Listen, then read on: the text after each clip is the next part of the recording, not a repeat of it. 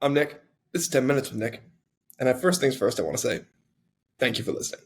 There are an additional 2 of you now, so there's 20 subscribers total. Deeply flattered. I don't know why you 20 people are listening to me, but thank you for joining me.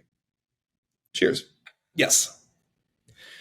Today is a very special 10 Minutes with Nick because we're doing it on the road. Well, not on the road. I was on the road yesterday. I'm now doing this on location. As you can see, the location behind me. The sunny shores of Lake Erie. Yes, ladies and gentlemen, I am in the magical part of New York State, known as Western New York. And here, in magical Western New York, I am so sorry, I have such a cold today. Here in magical Western New York, we prepare for fall. It's a balmy 70 degrees outside. You can smell the fall scents in the air. Hipsters walk down the street with their pumpkin spice lattes. And no, you cannot tell me in California that just because they're drinking pumpkin spice lattes, that they even believe it's fall season. You cannot wear a swimsuit and get a pumpkin spice latte and reasonably expect me to believe that you believe that it's actually pumpkin spice latte season. You just got an off-season pumpkin spice latte, you hypocrite. No. When fall rolls around, usually September 1st, and yes, I know there's an actual date for fall. I don't care. Usually September 1st, Buffalo turns into fall Buffalo, which is peak. The peak of any city in America is fall Buffalo. I don't care what you say. I don't care your opinions. You're wrong. Fall Buffalo is peak Buffalo and is peak America, really. A nice little slice of life where you can walk down the street. The leaves are changing color. It's a gorgeous tapestry. Oh yeah, and there's football. And that's my favorite part. Now, don't get me wrong. I love a gorgeous tapestry as much as anybody else. But football season, and I've talked about this on a podcast before, as morally ambiguous as one might think it would be, because football has some sort of risks associated with it, particularly for the players. Just something about it brings us back every year. Now, I explained one time that why do we have sports heroes? Well, it's because we want our kids to learn to see the world in black and white before they are forced to learn that the world is full of gray. Okay. And in that case, let me introduce you to your heroes for this season. I will introduce you to Josh Allen, quarterback for the Buffalo Bills. Hero of man. Friend of all. Let me introduce you to Stephon Diggs, wide receiver for the Buffalo Bills. The people's champion. Let me introduce you to Gabriel Davis. He prefers Gabe. I insist on calling him Gabriel. Gabriel Davis. The deep threat. The man of the people. There's a theme here. They're all men of the people. Okay? And those are just the offensive captains. Oh, excuse me. I haven't even said the rock, the stalwart, the anchor. Mitch Morse. Now, I'm just listing off a bunch of names, and that's really just the offense. But why am I listing off these names for you?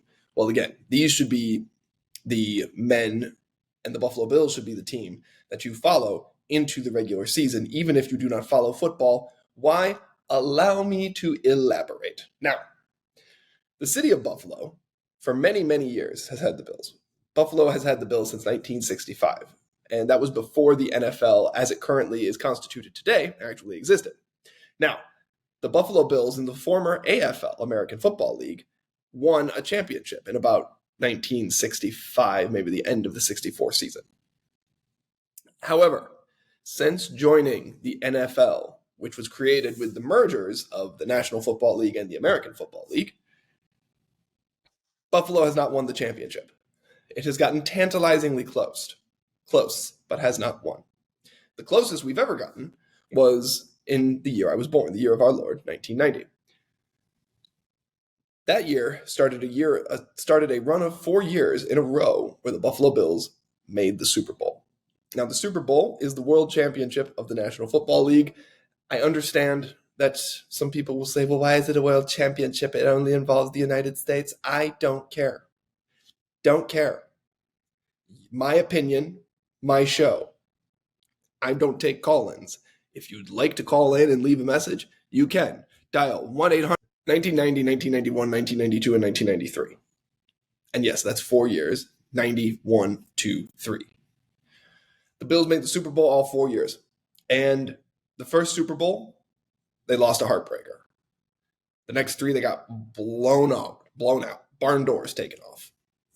Since then, and until 2017, the Bills were at best mediocre. And for a long time, they were mediocre. So I was a fan for a long time of an incredibly mediocre football team. And yet we still managed to find heroes in those dark times. Ryan Fitzpatrick, for example, Fitzmagic. There was a guy who was just a genius, a certified genius, like a Harvard graduate, and not just like he happened to go to Harvard and played football. No, he was like he's a brainy Harvard kid. Didn't have the best arm, but was just a tough SOB and was just willing to stick in there for throws that he never should have stuck in there for. We also had Kyle Orton, as my one friend called him, Uncle Rico. He only played with us for a season, but what a season it was. We won more games than we should have, and after every game, he lit up a big fat stogie. And of course, another hero that we had during these times was Fred Jackson, running back, who is still my favorite player. I still wear his jersey as my Bills jersey. He's still my favorite player of all time. He stuck with the Bills longer than any player ever should have. He was a captain for years and years and years and years. And the play that I will never forget is him running over Chris Conte, safety for the Chicago Bears, and just deciding that Chris Conte was just not going to tackle him, and he carried him for about 30 yards. But nowadays, we have new heroes. And beginning in 2017, the Bills began a run of excellence. Now, I'm not going to say dominance, because there's going to be people in the comments who say things like, they haven't won it yet. No, but they have begun a run of excellence. And in Buffalo, excellence will get you a long way. Now, this year, the Bills are ready. And as with all new seasons, hope springs eternal. But why is the city of Buffalo peak America? Because every year, like clockwork, our hope resets. No matter what happened the year before, we always believe again. Last year, Buffalo got hit by tragedy.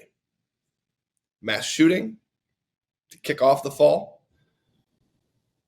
Damar Hamlin, cardiac arrest. The owner of the team, Kim Pegula, cardiac arrest. Von Miller, tearing his ACL. Josh, hurting his throwing arm, which is about the worst thing that can happen to a quarterback outside of, other injuries. And yet every year in Buffalo, hope springs eternal. We always find reasons to be hopeful. So why is Buffalo peak America? Because we are ever hopeful. Well, that, and we're hale and hearty people, not like you Californians without your snow. Although, I give California this. You get a lot more natural disasters than we get. And I wouldn't trade my blizzards for your earthquakes, or for this last season's hurricane. You guys can keep that. Blizzards we can handle. Although last year we had a pretty epic one that maybe we shouldn't have to handle again. Buffalo's peak America, people. Enjoy it. And join me in watching the Bills this year. I'll try not to do too many podcasts about them, but expect some Buffalo Bills content throughout this year, mostly on the day after games. So the first game is going to be on Monday, September 11th against the New York Jets. Go Bills. You can expect some Bills content on Tuesday. Then, add a day for every other one. You get the drill. Welcome to fall, baby. It's peak America time. It's Buffalo time. This is a short one. Not feeling great today. I'm going to sign off now. I'm Nick. This is 10 Minutes with Nick. Have a great day.